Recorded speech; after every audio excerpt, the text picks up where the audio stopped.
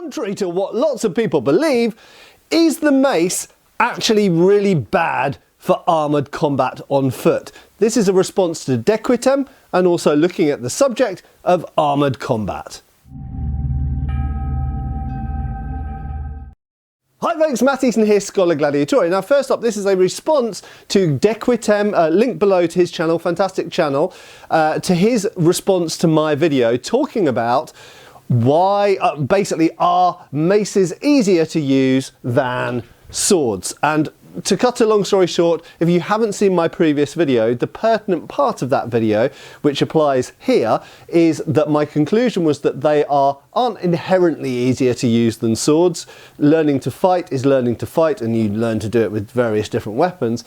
But within the specific realm of armoured combat, you could possibly class these as easier to use than swords, because fundamentally you can bash people in armour with maces and have some effect through the armour, whereas with a long sword or any other type of sword, it's more precise. If you just bash the armour with a sword, you're probably going to damage your sword, but you're not going to damage the armoured opponent very much. And it's mostly about getting points into gaps like armpits or vision slits or wrestling, and this is more technical and more difficult. So for that reason, I concluded that within the realm of armoured combat, the mace arguably could be said to be easier to use because you can just bash really, really hard with it and have some effect on people in armour.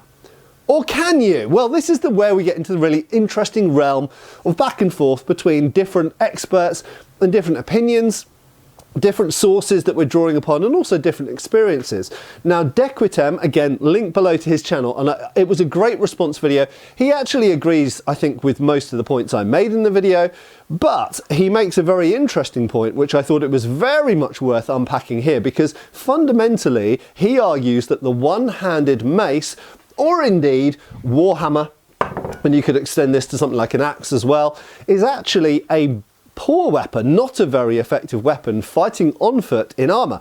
Now, what is his frame of reference? Well, he does HEMA in armour, commonly known as Harnisfechten in German, and excuse my German pronunciation, I'm sure it's quite poor, but basically he specialises in armoured fighting, and it must be said, while I do some armoured Harnisfechten or armoured fighting in HEMA, without doubt, what I spend 95% of my time doing is unarmoured HEMA. Dequitem absolutely does, over there in Germany, specialise in armoured HEMA, which is fantastic, and this is something that I'm intending to spend more of my time on in the future, and there will be videos coming about that actually, and my plans for that. But anyway, that's for a future video. So, is the one-handed mace essentially a crap weapon for fighting on foot in armour? First of all, why does he argue that? Well, he draws some parallels both from HEMA armoured fighting, so Harnisfechten, and also Boher, where he argues that the mace is not very effective against armour. What are we talking about armour? We're talking about full plate harness here.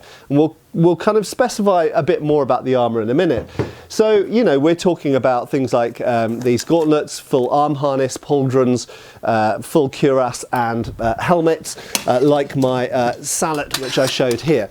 And he fundamentally argues, and I'm not saying that I disagree, he fundamentally argues that strikes with a mace don't have an awful lot of effect on joints or through plates, on bits of plate armour, because plate armour is really, really effective against protecting against these sorts of weapons.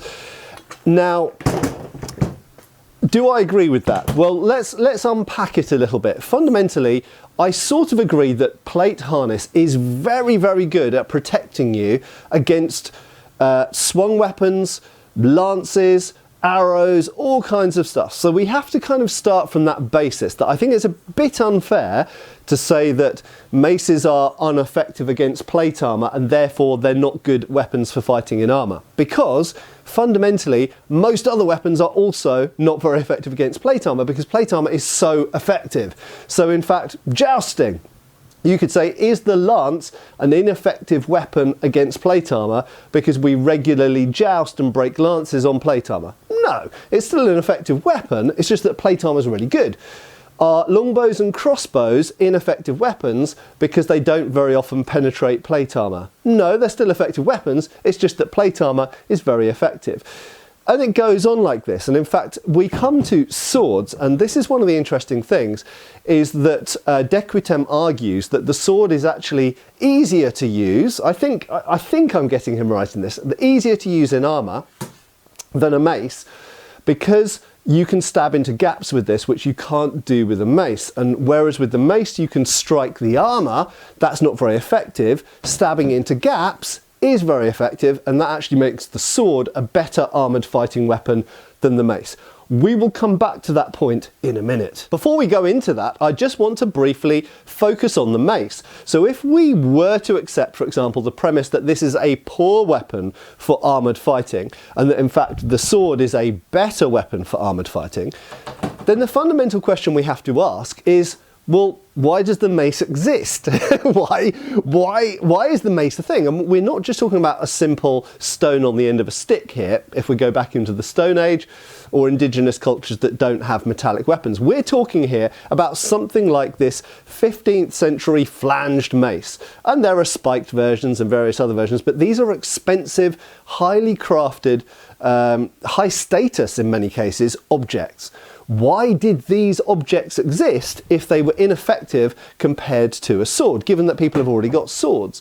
Why would you additionally carry a mace when you could just carry a sword in armour as an armoured man-at-arms, as a knight? Why would you carry this if it wasn't a useful object for fighting in armour? Well, we have to go partially back to the origins of the mace, not the far, far back kind of Stone Age origins or even Bronze Age origins, but in fact the medieval origins. Now, one thing that I think gets overlooked in the discussion of maces, is particularly in this one anyway, is that we're focusing on the 15th century and perhaps 14th century. So we're focusing on the age of plate armour. When maces first appear, you can see them in the Boher tapestry, 1066. You can see them in Crusader period art of the 12th and 13th centuries. When we see maces used there, they are predominantly being used against people wearing mail, aka chainmail. Now that's very interesting, because I think most people recognise that swords of that era aren't effective at cutting through mail, but nevertheless, because people have to hit each other if they're wearing armour, thrusting aside, they do nevertheless hit into mail. Now, if you are habitually hitting people in mail armour that's mail over a gambeson or an accaton, then in fact a very top-heavy weapon like this becomes super effective, because you're now delivering more impact energy into the target. And I don't think anybody would disagree with the fact that in terms of impact energy, something which is top-heavy is going to hit with more energy than something that is hilt-heavy. So although you might be striking with a slightly larger surface impact area than the narrow-bladed sword, if you're striking someone wearing mail, a mace or an axe or a warhammer has very clear advantages for breaking bones, which you absolutely can do through mail and gambeson. So in the 11th, 12th, 13th centuries, the mace is very clearly effective against mailed people.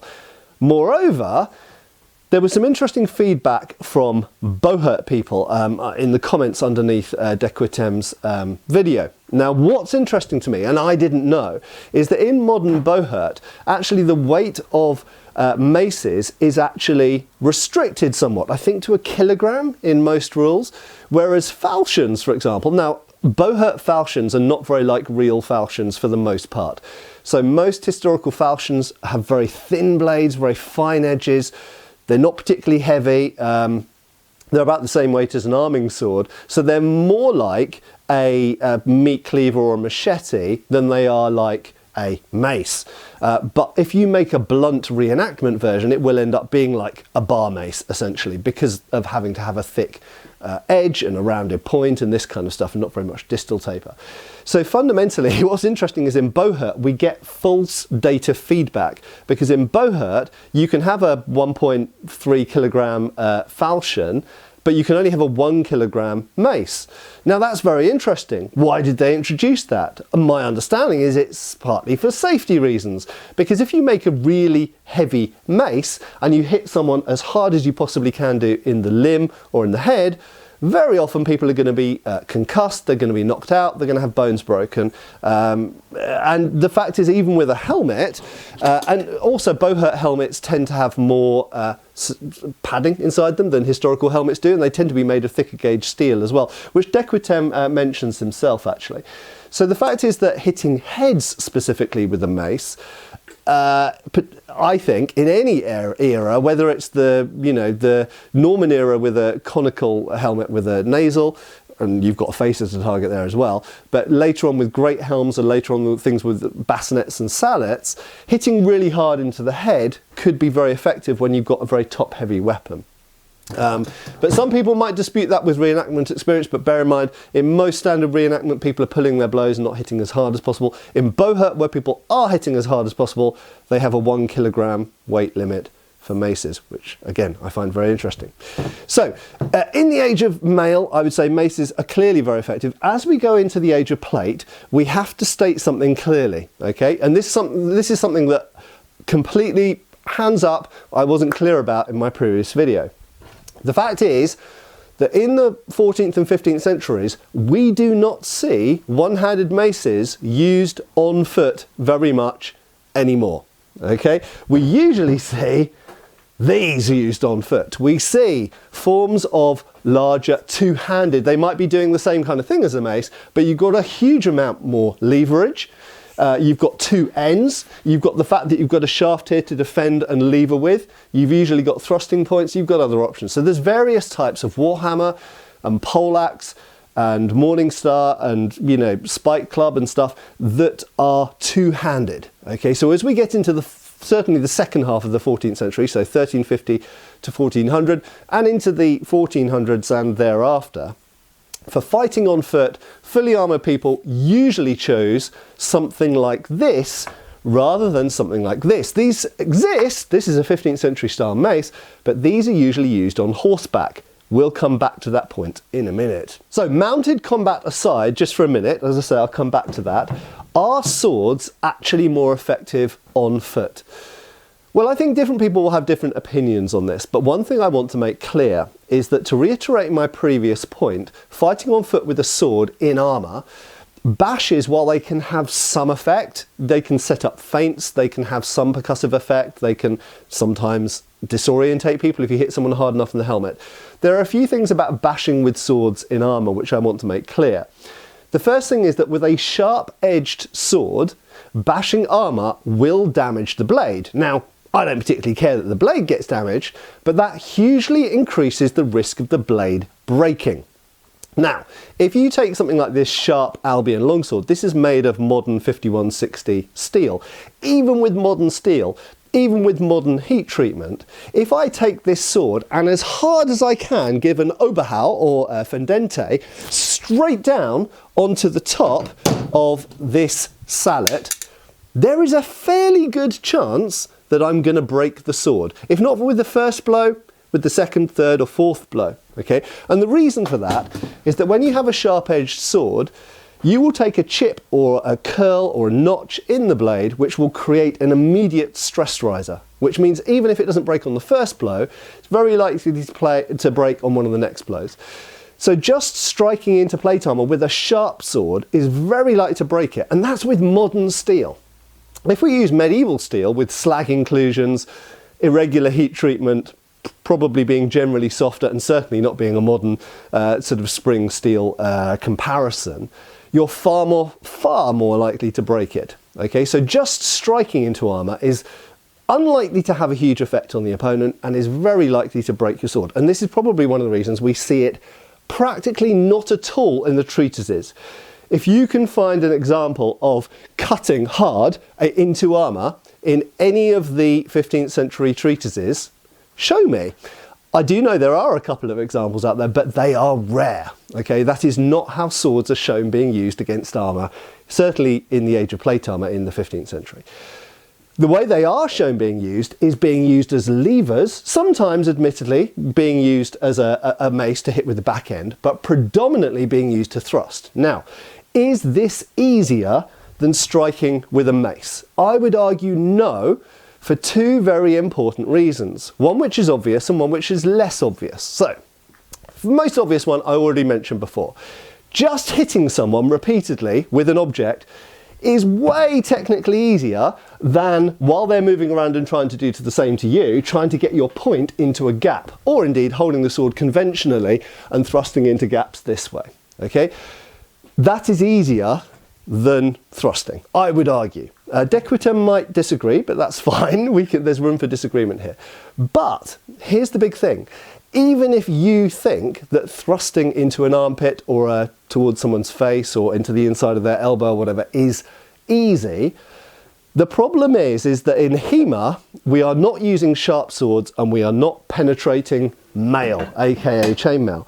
We're generally speaking using a sword like this, which is blunt, and when we get a hit into their armpit and we get a little bit of flex on the blade, we're going, ha-ha, I scored a point.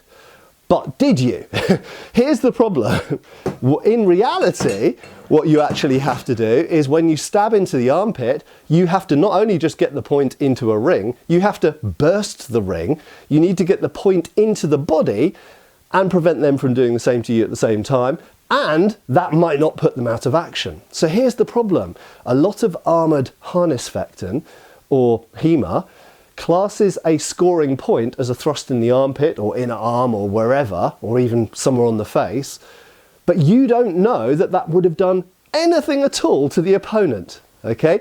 The fact is that when we strike someone really hard with a mace or a poleaxe, we can see the effect. If they get concussed and fall over, they get concussed and fall over, because a strike is a strike.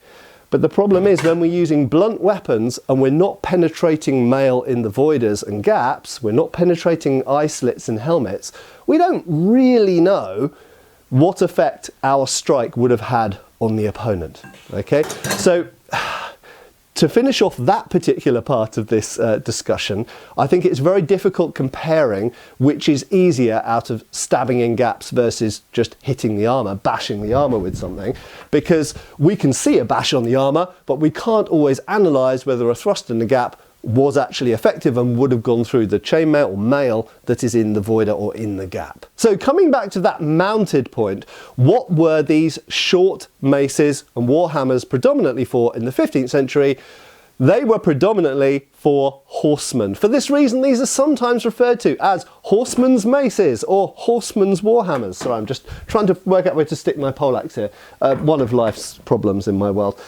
So when you've got a short, warhammer or mace like this, these are usually seen in period art in the hands of horsemen. So why did they have short ones? Well, quite simply because they couldn't carry long ones.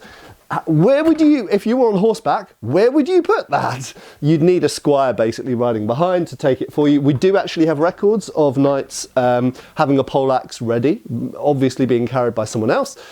But by and large, if you're on your own horse, your primary weapons are your lance and your sword. Now, the great thing about sword is it can be worn in its scabbard at your belt, so that's always ever ready. But if you want to carry one of these are usually carried in the saddle bow, maybe occasionally with a hook or a ring at the belt as well. Those are other options. But these are horsemen's weapons. So they are not, in this period, necessarily expected to be good weapons in fighting armoured on foot. If you want to fight armoured on foot, things like this or the glaive or a two-handed sword are actually usually regarded as the best weapons for fighting on foot in armour. So why did horsemen pick these in addition to a sword? Okay, well, I would argue that actually, again, it comes back to armour. What's most effective on horseback? You can't really be half-swording very easily. You can't be very accurate with your thrusts into armpits and gaps. So actually, if you're riding around, and we could get someone like Zach Evans or Jason Kingsley to weigh in on this, so if you're watching this video, then I'd be very happy if you do. If you're manoeuvring around with your horse, absolutely, you can hit someone. We see this in the treatises. You can just hit another armoured person with your sword, or you could try and hit their horse or stab their horse. You could try and stab towards their armpits, and we see this in Paolo Uccello's Battle of San Romano. But with a weapon like this, you're going to have more percussive effect. You're more likely to knock a person out of their saddle or disorientate them or concuss them with a top-heavy weapon that you can just take a big old swing up as you ride past with your horse, bam, in the helmet. That's likely to have more percussive effect than a sword is, and Remember the point I made about swords breaking, and we see this in medieval art, we see broken swords littered around. These weapons are less likely to break than an actual period sharp sword are. So, on horseback, I think there's a number of reasons why mounted men carried these. Partly it's for fighting other armoured mounted men, because these are more effective against other mounted armoured men, but also it's the backup idea. I mean, bear in mind, you're not going to have only this or this, you'll have both. So actually you might keep the sword in its scabbard, start out using these, and if one flies out of your hand, gets knocked out of your hand, or breaks or whatever, you've still got another thing as well. So you've got backup things, but equally this might be better against lightly armoured troops who you can run through as you ride past or slash across the shoulder or whatever. But if you come up against another armoured horseman, cuirassier essentially, as we see with the Polish lancers, then with their specialised weapons like maces and concerts, and indeed the Ottoman janissaries as well, they carried maces specifically for armoured opponents.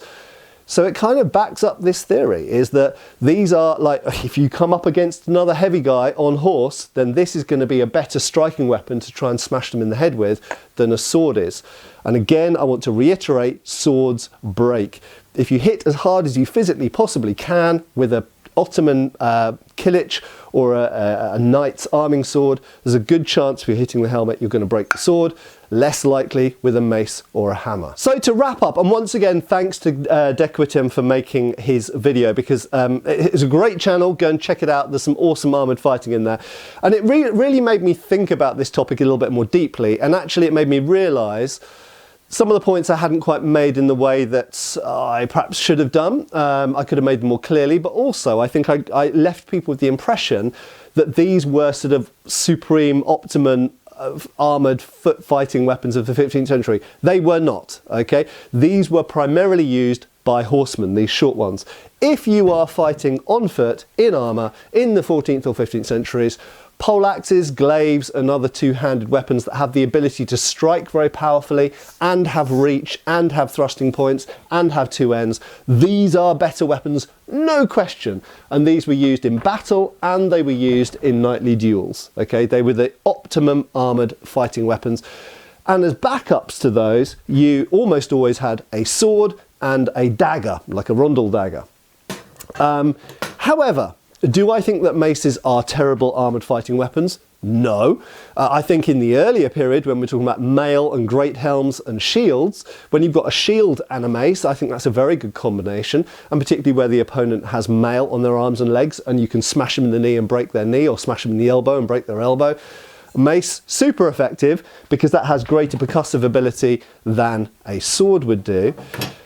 As we come forward into the 14th and 15th centuries, there's no question that these short percussion weapons become less important, and in fact not very important in fighting on foot. And if we look at armoured duels in the 15th century, the standard weapons were the spear, the poleaxe, the longsword and the dagger. Sometimes there are other weapons, sometimes in treatises we see these. There's a warhammer and a mace shown in Talhofer, for example.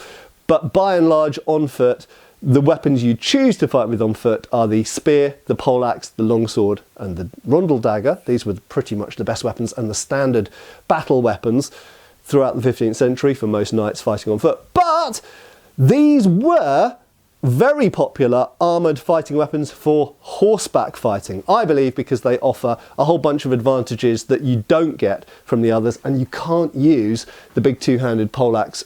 Although you occasionally see it in art, by and large you can't really see these used on horseback. In fact, sometimes we even see these cut down, so we even see shortened versions where they've just got a normal poleaxe and they've sawn off the shaft so you can use it as a one-handed axe, or even almost like a longsword axe from horseback. But these were, by that point, more specialised horsemen's weapons. So anyway, I hope that's been intriguing, interesting, thought-provoking. If you massively disagree, that's absolutely fine, as always. Get posting in the comments below. Have I missed certain points? Are there things I've overlooked? Things I've overplayed? Things I've underplayed? What would you like to see? Maybe you'd like to see Dequitem and me do some more collaboration and some more interaction. If you've got suggestions for that, things you'd like us to test, let us know. Thanks a lot for following the channel. I hope I'll see you back really, really soon. I have been Matt Easton, and I'll continue to be. Cheers, folks. Thanks for watching. We've got extra videos on Patreon. Please give our Facebook a like and subscribe if you haven't already. Cheers, folks.